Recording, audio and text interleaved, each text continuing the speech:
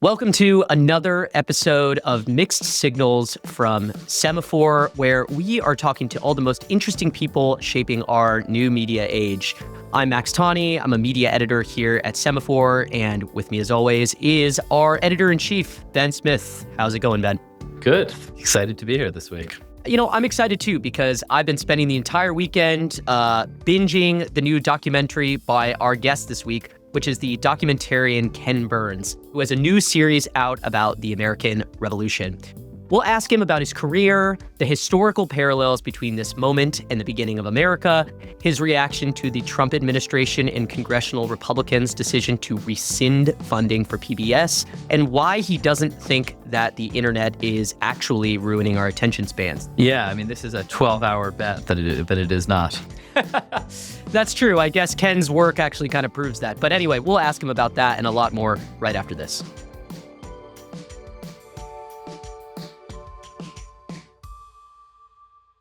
So Ben, are you a history buff? Are you like taking, the best new nonfiction to the beach or upstate when you're taking some time off? Yeah, I'm honestly kind of a news guy who reads fiction. Oh, interesting. That's interesting. I kind of would have assumed that you were like a guy who knows a lot about World War II or something like that. Who thinks about the Roman Empire all the time? No. Yes, the Roman Empire. I prefer to be surprised by history. Well, you have, I think, the opposite ethos of our guest this week, which is Ken Burns. Ken, I think, famously believes that we can maybe learn a thing or two about our present by being students of history. Actually, being in the media, maybe it's better to not share that viewpoint because then everything is new and interesting and exciting and has never happened before, which I don't think is a viewpoint that Ken has. No, I mean, and honestly, to the degree I know anything about history or grew up knowing much, a lot of it is from his films. The Civil War, the 1990 epic, I think shaped how my whole generation, how lots of people understand that conflict. He's just made this series of films taking on huge American subjects: baseball, jazz, prohibition, and the Vietnam War in 2017, which really was, I don't know, maybe it was almost, it had just finally been long enough that people could really step back and consider it as a whole, but just a stunning piece of work. Yeah, it's really unbelievable series. That was actually, I didn't grow up watching Ken Burns, but I did watch Vietnam, and I think that prompted me to do a bunch of those series. I think I did jazz and prohibition afterwards. I don't have the stomach for baseball. It's just not for me, unfortunately. But I think I'm really excited and interested to talk to Ken for a few different reasons. One, obviously, Ken has done all of his work since the 80s with PBS, which has just gone through this actual real historic moment of being defunded, having its funding clawed back by congressional Republicans and the Trump administration. I'm really curious to get his reaction to that and how that's going to impact projects that he currently has in the works. And also, I want to step back with him and think about where he sees his work in this, short form media moment in which everybody is obsessed with, short form videos and things of that nature. How he feels like a 6-part, 12-hour series on the American Revolution fits into a media environment like that. Yeah, he's really profoundly going against the trends from both obviously and yes in the 12-hour, but also at a moment when history itself is you basically have the Trump administration demanding patriotic history, a kind of radical left looking for this sort of very dark revision of American history. And I think, doing neither. He's telling stories. Well, Ken is actually a little bit ahead of schedule and he's waiting for us. So why don't we bring him in right now to talk about it? Thank you so much for joining us, Ken. My pleasure. Thanks for having me. You've been making historical films longer than I've been watching them. Starting with the Brooklyn Bridge in 1981, baseball, the Civil War, Vietnam. I think I and many others consumed many, many hours of this stuff. And I guess it occurred to me to wonder why it took you this long to kind of get back to the beginning. Well, I think it's a combination of things, Ben. A lot of it is just chops. There's no photographs or newsreel of the American Revolution. It's sort of encrusted with the barnacles of sentimentality and nostalgia. It's kind of drowning in treacle, fife and drum treacle. And I I don't choose the subjects with any kind of, focus group attention. I'm drawn to one thing. I chose the Civil War because it had somehow influenced the 6 previous films that I'd done before in just fundamental ways. You went, wow, this is the most important event once the United States had started. And then after that, somehow we got to World War II. And before World War II, the ink was dry on that. It was Vietnam. And literally when the ink was drying on Vietnam in December of 2015, I just looked and said, we've got to do revolution. But it was more this intimate thing. I was looking at a map that we'd done, a kind of 3D map of the Drang Valley in the Central Highlands and sort of moving in on American and Viet Cong and North Vietnamese positions. And I went, whoa, this could be the British moving west over the Gowanus Heights towards Brooklyn Heights. It was not thought out in that sense. It was felt, and I just had to do it. So there was I'm happy to say that there's no real rhyme, but I'm very thrilled retrospectively to say I'm glad that I had all the other films, under my belt, that the scholarship has just been first rate over the last 30 years. And so 30, 40 years, and we could avail ourselves of new questions about how we understand this hugely important founding moment. So it couldn't be better timing, and it turns out it couldn't be better timing. You've kind of developed this style that I think people recognize of using stills, making stills feel like they're moving. As you said, no stills of the American Revolution. And you used reenactors, which when you mentioned sort of like treacly fife and drum stuff, that's what comes to my mind. And I'm curious what you found working with this kind of like uniquely strange American subculture of people who reenact Revolutionary War battles. They're really, I think that's a kind of cliche. They're really dedicated. I think they're wearing the underwear that's correct. They work really hard, whether they're dressed in French uniforms or Native American uniforms, or they're black regiments, or they're Continentals, or they're militias, or they're British, or they're Hessian. And we weren't interested in having them recreate a thing. We collected over 6 or 7 years them doing their stuff. And so we were not interested in faces, but into movements and the kind of tells in an intimate way, kind of God is in detail way, that would reveal the war and provide evocative stuff in the way that a motion picture would be able to do. And we still treat the drawings and the paintings as if they're live, and the live as if they're paintings, which we've always done. In this case, we don't have a photographic record, but I've been now out on the road with this thing for 7 or 8 months, and the response has been really terrific, and people are riveted by a combination. You see a volley of British muskets go off, and then it cuts to a painting where there's a volley of British muskets going off, and pans through the painting, and the combination of all of that and a complex sound effects track, and it's the same thing, all of them. It's the same process. Is you just want to wake that moment up, and how you do it just depends on the resources and degrees of creativity that you do. So the degree of difficulty is higher here, but I don't want to pay any attention to that. The whole point is to tell a story. And that was true back with my first film, Brooklyn Bridge, and it's true today with the American Revolution. And what you want is what we found people saying everywhere. I had no idea, because that was my experience. I didn't go in to tell you what I knew about the American Revolution. I went in to discover it. And every day was like, oh, I had no idea. And now we're finding that in audiences all around the country, from Seattle to Atlanta, from, Austin, Texas to Boston. So it's, that's exciting to me, not just people who might have a vested interest in the 13 colonies, former colonies, but Americans who ought to, and particularly now, be intensely curious about their founding moments, the ideals, the ultimate questions, which side would you have been on? We don't make the loyalists. It's a civil war, like more than a civil war than our Civil War is, and we don't make the loyalists bad guys. We just make them people. We call balls and strikes. And so it really raises the question, what would I be had I been there? Would I have been willing to die for a cause? Would I have been willing to kill someone else for a cause? Yeah, it really is so fascinating. And that's one of the many revelations, in your documentary that I thought was quite striking was, the strong contingent of loyalists. That's just not something that, you learned in Southern California high school when I was taking U.S. history. But I'm really curious, this is a media focused show, and you talk talk a lot in the documentary, about the role of newspapers and how essential the media and the press was.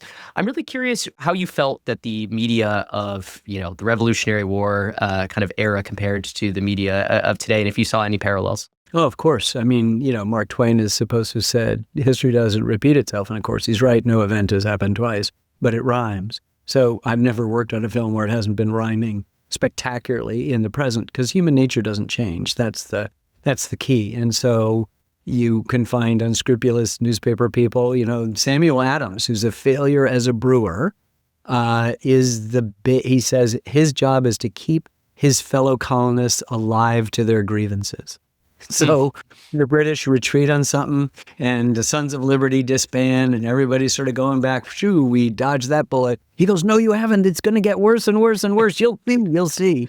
And in fact, one of the causes of the war, besides the specific things that you can get an A on the test if I tell you what they are, from this thing and that thing, and the Boston Tea Party and Lexington Green and taxes and representation and taking Native American land. All of those things are right, but it's also escalating rhetoric. The more you tell the Crown it's tyrannical, the more tyrannical they act. The more you tell the colonists how radical they are, the more radical they act. And as you're saying, and as you weren't taught, this is a civil war. And it's not only a civil war, it's a global war. And we don't like to say that. Wait, our independence has come, it was us, everybody in the 13 colonies against Britain across the sea that didn't understand us. And in the meantime, we're going to create this new form of government that's better than any other. That's true. That's what happened. But it was a global war. We don't do it without French and Spanish and even Dutch help. And it took a while to get that support. And it's a civil war. There's some battles, and there's one in North Carolina called Kings Mountain, in which the Loyalists are led by a British officer, a Scots named Ferguson, who's killed in the battle. Everyone else who's killed in the battle on either side is an American. Every single one. It's Americans killing Americans. And there's guerrilla warfare, really down and dirty, terroristic stuff in which there are loyalist bands that are terrorist organizations killing patriots and vice versa. And Benjamin Franklin's own son, William, was the royal governor of New Jersey, deposed, sent to prison in Connecticut, finally let go, presuming that he would go to England. And he didn't. He started a terrorist organization hunting down patriots. This is pretty, I hate to say it, it's cool because it sounds so familiar. So with regard to media, you have people that are satirists, right, who get into big trouble. Sound familiar? There are people that are unbelievably poetic in their writing. And there are people that are just throwing stuff off. Lies are passed around. There's a German wife of a German general who's delayed coming over to join her husband in what she thinks will be the triumph for Burgoyne's army at Saratoga. It's a defeat, and that's what brings the French in. She doesn't know that. She's waited for the third of 3 daughters to be born, finally makes a treacherous crossing. She's very anxious because she hears that Americans eat cats. That's interesting. I've heard that one before. There is a failed invasion of Canada. We wanted to make Canada the 14th state. There's a continent-wide pandemic and huge arguments over inoculation and their efficacy. Wow. There's a total eclipse. Do I need to go on? Wow, we haven't gotten anywhere. Another source of real domestic conflict right now and I think always are, these wars over history itself. And I think, in the Vietnam doc, you obviously stepped into the most contested piece of modern history, but the founding also obviously very contested. The New York Times angered a lot of people with this package suggesting that 1619, when the first slave arrived, was America's true founding. You have a 1776 commission established to, I think, basically reverse that idea by Trump, and there's pressure from the federal government to take stuff that's sort of too negative, that's seen as anti-American, out of federally funded museums. Where do you land this documentary in that very intense dispute about American history? We're on the side of it. We don't care about it. There's always theories of history, and they don't mean anything. None of them, left, right, or center. They don't mean anything. It's called, the big fat, $2 word is called historiography. There's lots of interpretations. But if you call both strikes, this is already an amazing story. You don't have to do anything. You can talk about one of the key figures of the 1619 understanding, which is Lord Dunmore, a deposed royal governor of Virginia, who decides to free only those, not his own, not the enslaved people of loyalists, but enslaved people of rebels, as the British uniform called us. So it's just you call balls and strikes, and that's all you do. You don't sort of superimpose an interpretation on the history. You just tell what happened. Babe Ruth comes up only once every 9 times at bat. He strikes out a lot. He also hits a lot of home runs. I feel like various, like, I don't know how widely listened to we are in history departments, but they're all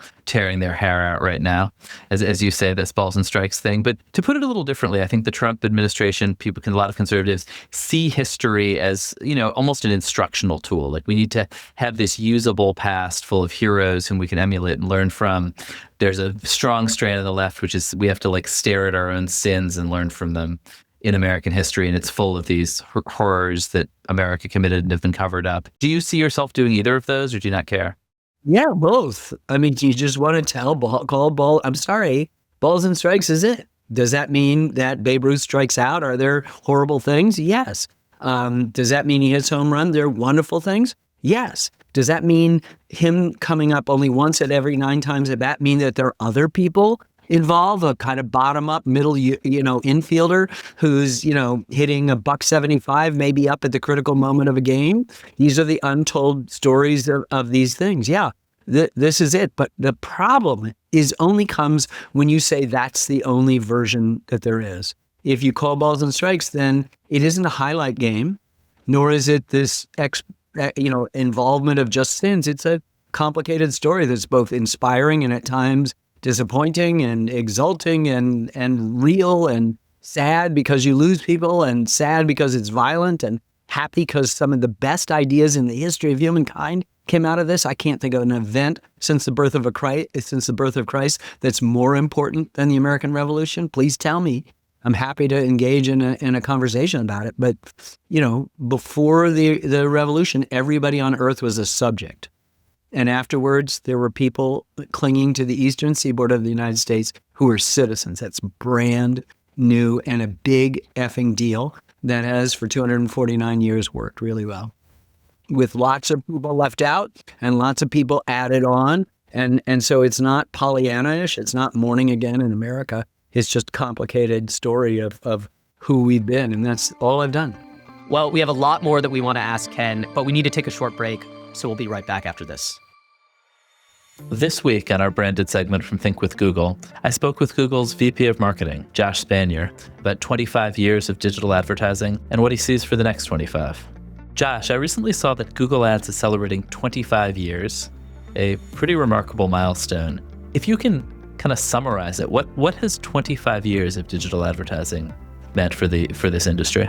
So fun fact, Ben, the very first advertiser on Google 25 years ago was a company that shipped mail order lobsters. Now, I can't speak to if lobsters were super significant, but I can speak to the unbelievable equalization that the internet has created. Every company, every SMB, every small and medium business has been able to find its niche, find its audience, powered by the transformative power of Google search and of YouTube to get messages out there which are relevant and resonant. For us marketers, it's been an incredible journey. We have lived through the transformations from the very first Google Ads through the programmatic era into the mobile era and now the AI era. Along the way, the technology, the targeting, the insight has got better and better and richer thanks to Google's technology investments, which actually makes marketing work harder, which is great for everyone. And somewhere in there, YouTube becomes part of the package. YouTube's just such a remarkable platform, as you've spoken about. What blows my mind, in the last 4 years, YouTube has paid out $100 billion to creators on the platform. The platform has enabled new creativities, new ways of working, and it's been because of the way the ad system has worked for the last 25 years and continues to build. If you feel like making some predictions, what does the next 25 years of marketing look like, or perhaps a slightly, shorter horizon? I'm really excited about the future of marketing for all of us. The technology is getting better. People are more savvy using it. But ultimately, A great ad is just an answer to a question that someone has. As long as humans are inquisitive and interested in wanting to solve problems in their lives or find solutions to things they want to do, there's going to be a role for great marketing, for great advertising, and great ads along the way. And where should people go to learn more? Head on over to thinkwithgoogle.com. There's some great content celebrating 25 years of Google Ads and all the great marketing technologies you can use to drive your business outcomes. Thanks, Josh. Thanks, Ben. I'm curious, throughout the course of your career, I imagine, you have people coming up to you, fans, friends, maybe people who participated in history who are like, oh, Ken, you've got to do XYZ. You got to do your next series on XYZ thing. How do you navigate kind of people pushing you, trying to kind of get you to focus on, one certain area or topic or moment from history or the other? I'm usually and am working on 3 or 4 films at once, and they extend 6 or 7 years. And so when people tell me they know what my next film should be, I go, yeah, I know what my next film is going to be. And we're halfway through it or 3/4 of the way through it. People ask me all the time, it's sort of an interesting barometer. After a while, I started making counts of it. And railroads is number 1 and labor's number 2 and education number 3. And then my great-great-grandfather, who didn't do anything in the Civil War but was happily safe in Maine, wrote a 3-volume memoir, which I'm sure you'll want to make into a major series. Basically, it's the glib answer is that they choose me because it's not rational. It's what, there's lots of ideas. There's 50 ideas. And when something drops down to your heart, or maybe your gut is the better way to say it, then you sort of commit to. And I've had people whisper stuff into me. I had a guy once tell me that I should do something on Huey Long. And I said, no, you do it. You blah, blah, blah. And finally I started getting involved in some of the footage of Huey Long. And I said, yeah, and I'll do it, but you're not going to like it because I'm going to do it. And you can't be the boss. And he kind of went, fine. My country music series, a friend of mine in Texas, I was staying at his house. We were raising money for the film. So he said, you thought about country music? And at that moment, every fiber of my being said country music. And I went back to my producing partner, Dayton Duncan. He and I were thrashing about with another idea, which he and I claimed not to remember what it was. But I said, we won't leave this other one, I promise. But what about country? And from then on, we forgot the other one. We just worked on country for 6 or 7 years, whatever it took to make that. And because it's PBS, all of the films get to take the time. I mean, I could go to any streaming service or premium cable and get everything I need, for a film, except the time to do it. So the Vietnam series that I mentioned took 10.5 years to make, and it cost $30 million. I spent 10 of those 10.5 years raising that money. But if I could have gone into a meeting and in one pitch gotten the 30 million, but I would have never gotten 10.5 years. I would have gotten a year and a half. And I couldn't make the film. I couldn't be the kind of film it is. It came out in the fall of 17, and it is still 8 years later, probably even within the scholarly world, the one-stop shopping for the most recent scholarship across 25 or so, 23 or 25 different disciplines of the study of the Vietnam War. And I'm proud of that. We're not looking to break those kinds of records, but it still endures and still has a kind of force. And I think it saves some lives among the veterans whose lives are often fragile when they return from a war, particularly one that was so contentious back at home and didn't have the kind of unanimous support that World War II, a subject of another film I've done. So only PBS has permitted me to tell you that each one of the films is a director cut. And so if you don't like it, it's all my fault. So Ken, you mentioned PBS, which has obviously been the home to all of your documentaries. I'm really curious, as you've watched what's played out over the last few months with the Corporation for Public Broadcasting being defunded. I'm really curious, what your reaction has been. Just incredible disappointment and sadness, and the sense of short-sightedness too. PBS is the largest network in the country. It's got 338 individual stations, and this will hurt mostly the small rural stations that will go out of business. And that's sad. Sometimes the only signal that they have is a PBS signal. Sometimes, they get not only our good children's and primetime stuff, but they get Classroom of the Air and continuing education, Homeland Security reports, emergency signal things. And so it just seems so stupid to focus on a couple of things. I mean, and William F. Buckley, the leading conservative for decades, had a show on PBS for 32 years. I mean, it's just completely short-sighted. It's punitive, and it will only hurt people who don't deserve to be heard, who need to not live in a news desert. That's a sad thing. It hurt us. It hurt PBS Central. It hurt NPR, I assume. I don't know much about that, but it's going to mostly hurt those smaller rural stations. You've been on the road promoting this film, from Joe Rogan to Theo Von to places like The Atlantic. I mean, do you think you can kind of save PBS or make this case to people through the tour, through the film?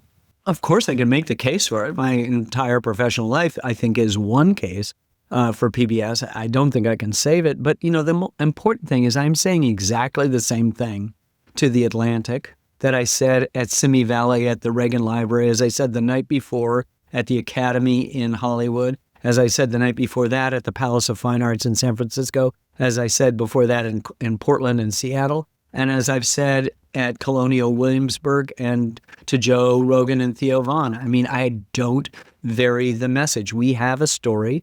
We share this story. It's a bottom-up as well as top-down story, and that's what we tried to tell. You're honestly a podcast expert at this point. I was like trying to, listen to as many interviews with you before we did this. And I was like, all right, so I got to do 2 hours, like an hour and a half of How Long Gone. I got to get 3 hours of Joe Rogan. I was like, this guy. Yeah, this not expert's not the word, just a prisoner. A prisoner of podcasting, yes. My every day is like 18 and a half hours a day of doing this, What do you make of it as like a filmmaker, I guess, of being on this side of the camera in this sort of crude way? It's so funny how we're consumed just by talk. That doesn't. I mean, you really want to put. I mean, I spent nearly 10 years working on this. Meaning every sentence has been very carefully calibrated and stuff like that. There's something kind of ultimately disposable about it, and it's just accumulating like the Sorcerer's Apprentice over and over again. Yeah, we spent minutes on this. It's terrible. Hey, I spent hours. Don't sell me short. I spent some hours. I locked in but you spent hours watching Ken's work, which took thousands of hours. Yes, that's true. There's an asymmetry. 150. Oh my God. Still a lot. I mean, do you feel like going on some of these places? I thought, I listened to a lot of the Joe Rogan interview, and it seemed like he kind of, as he's wont to do in many of these situations, he agreed with you. Do you feel like you're a good messenger because you've kind of tried to stay while being interested in history, you've tried to stay out of the kind of political fray? Do you feel like you've been an effective messenger to the right, which is at the moment, the Trump administration is the one that's pushing these cuts? I don't know. I've enjoyed the conversations I've had. I like the fact that people often say, wow, I didn't know that, which is exactly my experience over the last 10 years working on this film. And I'm glad at least the film itself sort of provokes that in folks who aren't versed in it. I don't have an agenda other than to get as many eyeballs watching this as possible. I do think that having a really strong sense of what actually took place in our revolution with nuance and undertow and complexity and extraordinary inspiration gives us a chance to sort of move back together, in which we've all gotten into different things. The whole idea of union is that, as the Conestoga, the spokesman for the Six Nations, says at the opening of our film, admonishing us, if you're going to borrow our system, this is the Iroquois Confederacy, never fall out one with the other. Now, we find ourselves in divided times. We were super divided then. Half the films I've made is about how divided we've been at any given period that we've had. Sometimes divided in half, sometimes divided in many, many different parts, where it's Vietnam or Prohibition or the Depression or whatever it might be, the Civil War certainly, and our revolution. So being divided is not a new thing. And getting out of being divided is not a new thing. But one of the things you do is you find and remind people that they share a common past. There is nobody more important to our founding than George Washington. There are people out there who are willing to cancel him for a variety of things. We are not in that crowd, nor are we willing to edit it to just George Washington. He doesn't win the war unless he has teenagers and disaffected people and felons and second and third sons unable to get inheritance and recent immigrants fight the war from him. That's the Continental Army. It's not the sturdy militia. They're there, but they run home to plant their crops and run home to reap the crops. And they're not as reliable as soldiers as these other guys are. And so it's a pretty fascinating story. Democracy is not the intention of the revolution. It is a consequence of it. It is originally what you'd call, in today's language, the elitist program that ultimately realized in order for us to succeed, we have to use and then therefore extend to these people wider rights. And that's what happens. We begin to take arguments between British citizens and we blow them out into natural rights in which involve, the most essential qualities of human philosophy that you could possibly have. And that means everybody hears it. By the time everybody is talking about liberty and freedom and independence, the people who are serving them are hearing it too. They are not dumb. And the liberty talk, as Jane Kamitsky, a historian, says in our film, it's very leaky. It gets out everywhere. And the second the revolution starts and the word slavery is batted around, not with regard to enslaved people, but in regard to how the British were treating people, slavery's done. It may take 69 years, but it's done. And women, they're going to get the votes. It may take 144 years, but they're going to get the vote. And so it's just the cat is out of the bag. And this is the story of how the cat gets out of the bag. You strike me as a very effective messenger for PBS in these venues, and I'm just curious, if they asked you, in this moment, when the Corporation for Public Broadcasting was up for being defunded, if they asked you to go and speak on Rogan and Theo and these places where they have these broad audiences. No.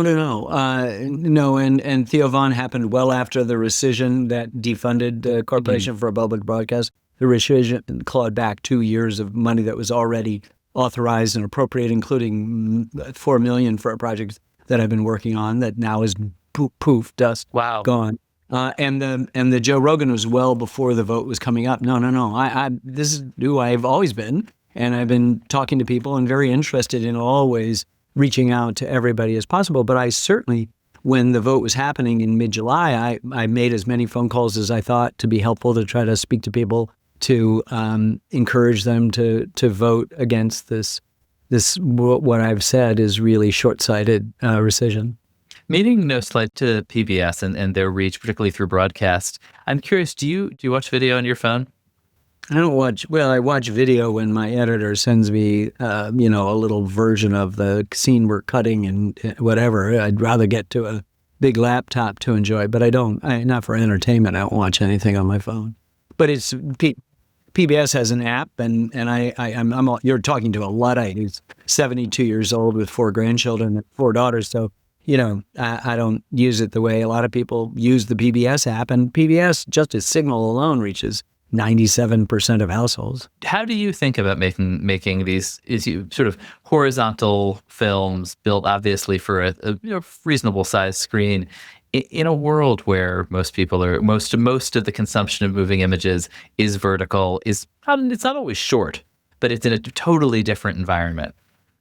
How old were you in 1990, Ben? I was 14. Okay, so in 1990, I finished my 6th or 7th film, I can't remember which, on the Civil War. And I went to the press tour that happened twice a year in Los Angeles. And we were at the Century Plaza Hotel. And the critics said, this is really, really good and no one will watch it, Ken. Because Stephen Bochco has just come out with a cop show that is a singing musical thing called Cop Rocks. And by the way, everybody is addicted to MTV music videos. We're sorry, but no one's going to watch it. And I went, it's still the highest rated program in PBS. They said the same thing 4 years later about baseball, said the same thing about jazz in 2001, said the same thing in 2007 about the war, in 2009 about the national parks.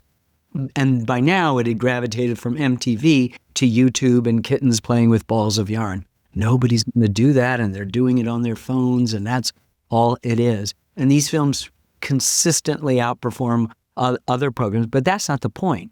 The point is they've stopped doing it because what do people do in the midst of tsunami of choices that they have? They self-curate, and self-curate involves binging, and binging for my kids and my grandkids, they'll watch 3 or 4 seasons in one weekend of something. That's longer than any film I've ever made. And people are willing to focus their attention. And we've lost our attention span. I don't see that. What the hell are you doing? Well, I'm watching season 4 of The Good Place. Okay. Right. And how far are you along? Well, I started this morning and I'm hoping to finish it this afternoon.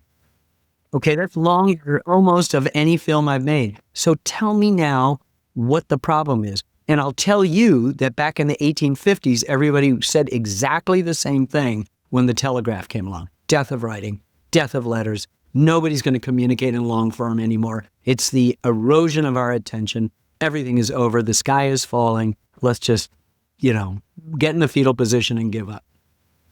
Long form, all meaning accrues in duration, period. That's really inspiring. And I'm going to absolutely repeat that riff to the next person who tells me about kids these days. Yeah. I mean, come on. David's saying it about me. I was a long-haired hippie and doing, this is the problem, right? And they said it about you probably, Ben and Max, It's just like, this is the history of the world, Is there anything, any other documentarians right now anything you've seen lately that you love?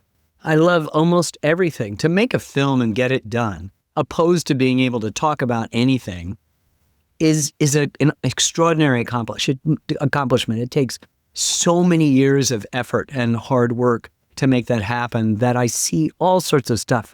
Whole variety. And the word documentary is such a tiny, narrow word, and it comes from stuff that is nearly feature films, nearly that, to cinema verite of Fred Wiseman, and everything in between. And it has one word, documentary. And so you have lots of people that are doing amazing things. Morgan Neville, Werner Herzog, Errol Morris. All these people do films that are totally different than what I do. But you look at them in amazement because they're wonderful. They're harder to do than feature films because the feature film, you have a script, you know what you're shooting today, and you've got many, many tens of millions more dollars at your disposal to be able to do the kinds of things you do. I think documentaries are little miracles all the time. Yeah, it's a terrifically open field, and it's been a golden age for decades now. I remember Vincent Canby, who was then the New York Times chief film critic, said that in 1985, and it's only gotten better because we've had more people wake up to the fact that nonfiction has a kind of viability, and we have to put up with a lot of crap, like, reality television, which isn't reality. Nobody proposes to somebody else in front of millions of people. Nobody eats bugs in front of millions of people. But the legitimate documentaries that go on are I think, fantastic, and people are drawn to them. People over, like the way the industry, and remember they call it the industry, they'll play it out. They'll do 18 billion crime dramas until somebody says no mas, and then they'll stop them, and they'll do 18 billion of some other sort of things. But we've been, just poking along for 50 years at PBS, as an independent producer. I own all my films. I raise all the money, which is why I get the 10 and a half years. And it's a good deal. I have a director's cut every single time. You said on Joe Rogan's show that, history can tell us where we're going. And you mentioned earlier that, history doesn't repeat itself. It rhymes, which may or may not have been something that Mark Twain said. Where are we going? Being a student of history, where do you think we're going? I don't know where we're going. I know that if we know where we've been, we have a better chance of going to a better place. We have a better chance, first of all, being able to interpret the complicated dynamics of the present, and these are as complicated as they've ever been. This is as existential a threat to this American moment as any that I've ever covered, and I've covered the Civil War and the Depression and World War II. So this is a big deal. But I know that the better are you informed about where we come, accurately informed, the better you're able to deal with the present, and then also begin to imagine and dream and work with others to forge a future. That's the only thing you can't do. You can't make stuff up. You can't wring your hands and sit in a fetal position hoping someone else will do the work for you. We are citizens, and that means we have the highest office in the land, but it has to be active. And pursuit of happiness did not mean lifelong accumulation of wealth in a marketplace of things, but lifelong learning in a marketplace of ideas. That's what every founder meant. And they felt that by improving yourself education-wise, it made you more virtuous, and all the things that came with virtue would make you a better citizen. It sounds like corny stuff, and I know you guys can just throw it away, but it's really accurate to the heart of the situation right now. It has to do with truth. It has to do with honesty. It has to do with generosity and things that are about character. And character is always destiny. And anything that reminds you of the complexity of character in everybody. Nobody's perfectly good. George Washington is deeply flawed, but without him, we don't have a country. And that foot soldier that you've just rescued from obscurity and made a part of the Battle of Long Island isn't perfect either. And their wisdom and their misunderstanding of things becomes part of an equation which mixed together permits you to endure. And all you want is for the American experiment, as flawed as it may be, as more perfect as it could become, to endure. And I hardly sign up for that project. Well, thank you so much, Ken. And congratulations. Thank you. So, Ben, what did you think about Ken Burns and what he had to say about his work, PBS, this media moment? I mean, I guess I think that in order to make the kind of 10-year-long project that he makes, you have to have a kind of confidence and perhaps slight disdain for shorter term, mere feature films, much less podcasts. I did get the sense that he didn't really view the exercise that we were engaged in of interviewing him as quite on the same level as spending 10 years, going so deep, crafting every word, which is totally fair. He didn't seem to hold podcasters in a particularly high regard, though. I mean, who does? Certain people do. I think I hold some podcasters in high regard. I heard others in low regard, but I think that it seems like Ken at the very least, even if he is convinced of the disposability of this medium, he's generous enough to engage a lot with different podcasts because he's done a bunch.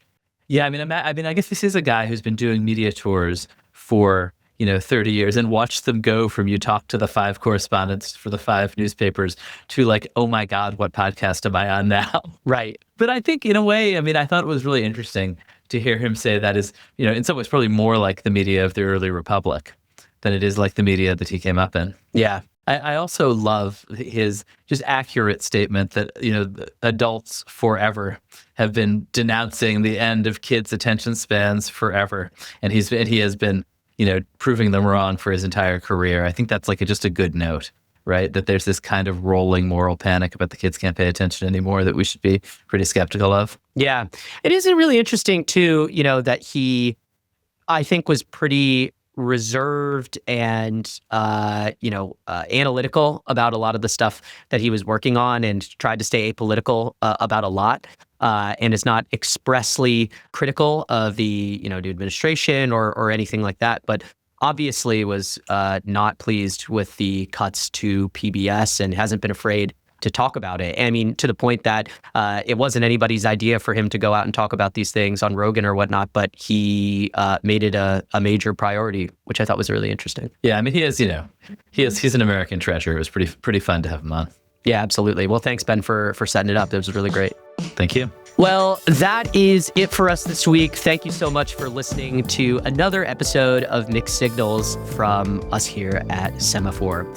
Our show is produced by Sheena Ozaki with special thanks to Josh Billinson, Chad Lewis, Rachel Oppenheim, Anna Pizzino, Garrett Wiley, Jules Zern, and Tori Kaur. Our engineer is Rick Kwan, and our theme music is Still by Billy Libby. Our public editor this week is the CEO of PBS, Paula Kerger. Paula, let us know what you thought about the show, or tell us in person. And if you like Mixed Signals, please follow us wherever you get your podcasts. Feel free to review us, give us 5 stars on all the platforms, and like and subscribe on YouTube. And if you still want more after all that, you can always sign up for Semaphore's media newsletter, which is out every Sunday night.